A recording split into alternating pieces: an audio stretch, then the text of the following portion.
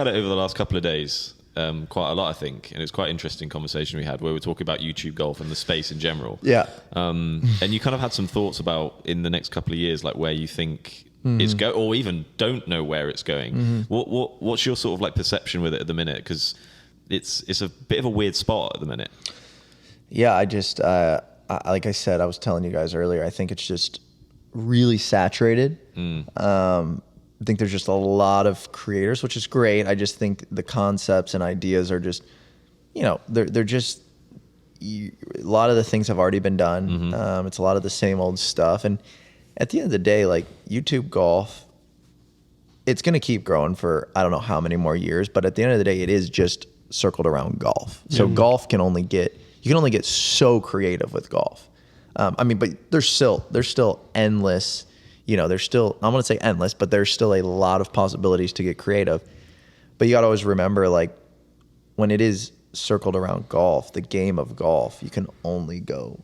But like when you're a vlogger or a guy that does anything and everything, say like Ryan Trahan, or, you can just keep going and reviewing all these different types of things. You can be very expansive, but I don't know what the future of YouTube golf is right now. I see a guy like Bryson kind of setting the tone with guests and the concept together, but it's also like, I'm never going to be Bryson DeChambeau, and I don't think really anyone in the YouTube golf space will be, unless some other, greats get into YouTube. I think he's also just unbelievably impressive with where he's at in his life and how good he hits the golf ball. So nobody can play up truly to that level. And then the concept of the Break 50 was so good, and the guests, so he can pull off the guests because he is Bryson DeChambeau. So many factors there where he's kind of going to set the tone, I would say, moving forward. But yeah, it is going to be cool. I think we still have a couple more years of getting really cool guests on, especially just for what we're doing. I can just speak on that.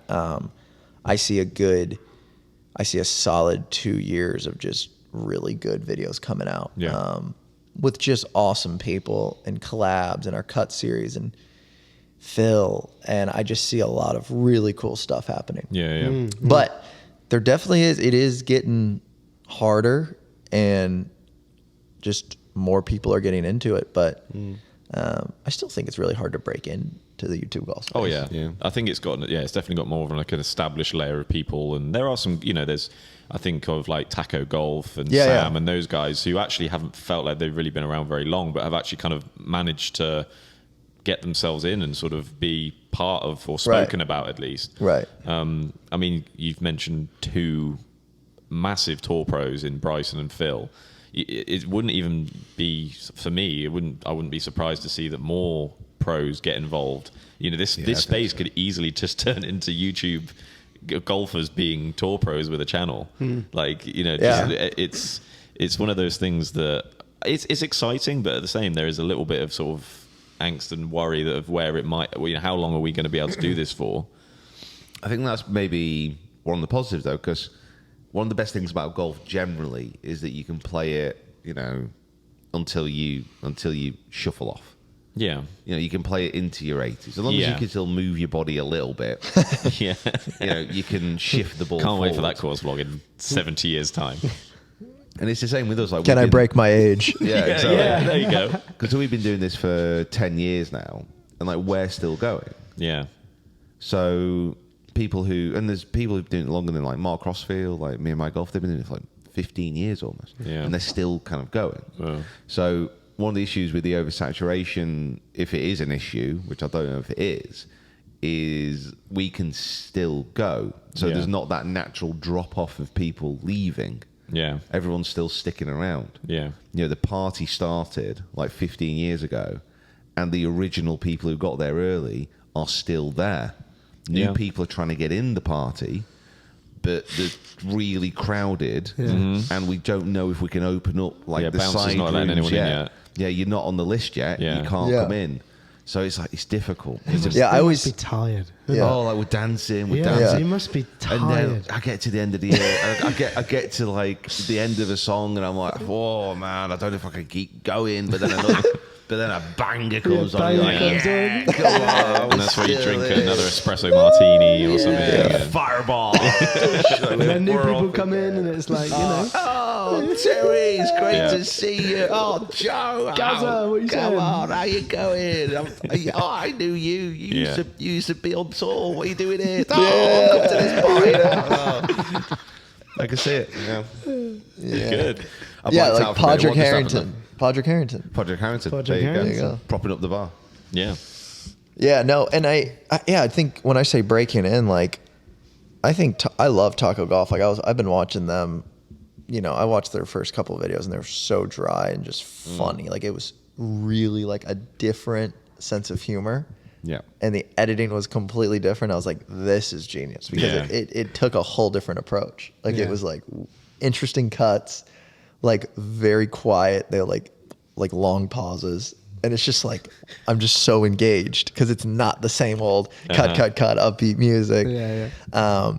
So I love that. But breaking in, I think when I say that phrase, it's like, I think if you were to go say, I challenged a college or a pro golfer anymore, or Yeah. I, called out, whatever, good luck. Like if you don't have a niche that you're kind of creating per se, that's where I say it's almost impossible.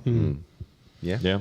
Unless you have a huge following previously, like unless you're a tour pro, Yeah. like Max Homa. Yeah. You start challenging random people at his golf course. Like he has a chance, definitely for sure, because it's Max Homa's face. He can put that. But like just for a guy out there to try and kind of do the same things that have been done, that's where it gets really difficult. And you're competing with the standard of content that's already out there. So Yeah. when you've got guys like yourself putting out videos that you do, and then this guy's got to put out a video that's like, can I break par around my local golf club? Yeah. It's just like Tough, yeah. It was a lot more tricky. It Yeah. was a lot more forgiving, like back in the day when I began. Yeah. I'm a granddad. It was a lot more forgiving. You could like record stuff like on a potato Yeah. and put it out, And do part one, part two. Because part that was Yeah. as good as the cameras were. that's the best you got. 9-hole course vlog split into 3 parts. Yeah. 3 holes per video. Because that's what you did. No Yeah. cuts. There wasn't another option. Yeah. 15 minutes, like Yeah. bish, bash, bosh. Yeah. Handing the Right. camera over to each other. Oh yeah. Me and Rick go to play 18. I have the front 9. He has the back 9. 2 separate matches, split into 3 parts. Filming it all ourselves. Yeah, no traces. Thumbnails just starting. Yeah. So you remember back Yeah. in the day, you had a choice of 3 thumbnails from the video. Yep. that you could just select. Yep. Yeah, you couldn't upload your own. That is crazy. I had a YouTube channel like 13 years ago, but it was really, can't even. Yeah, it's a tough one. It was a fishing channel, but I don't even remember. Yeah, I just would upload it. I was like 12 years old, 13. I just uploaded, and I Just let never it- thought of a Yeah, thumbnail. Yeah. I mean, it might still be there. Yeah. Let's go try and search Yeah. out. No, Find some Grant Horvat fishing. Go on over. Grant Horvat I fishing. would love that. I'd love that. Someone did find it. It's really like there's a fishing, and then there's one on Call of Duty because I used to play a lot of video games. Yeah. A lot of video That's games. it. I mean, these are genres just smashing into Yeah, each other. Yeah. Make that a channel. Call of Duty, man. But it was funny. I even way back then, I was like, I really want to do YouTube. Yeah, and now But here then you are. it's cool. And now here you are, sat on a couch in South Carolina. Yeah.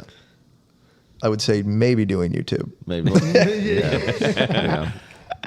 Well, on that bombshell. Right, mate, thanks for coming on.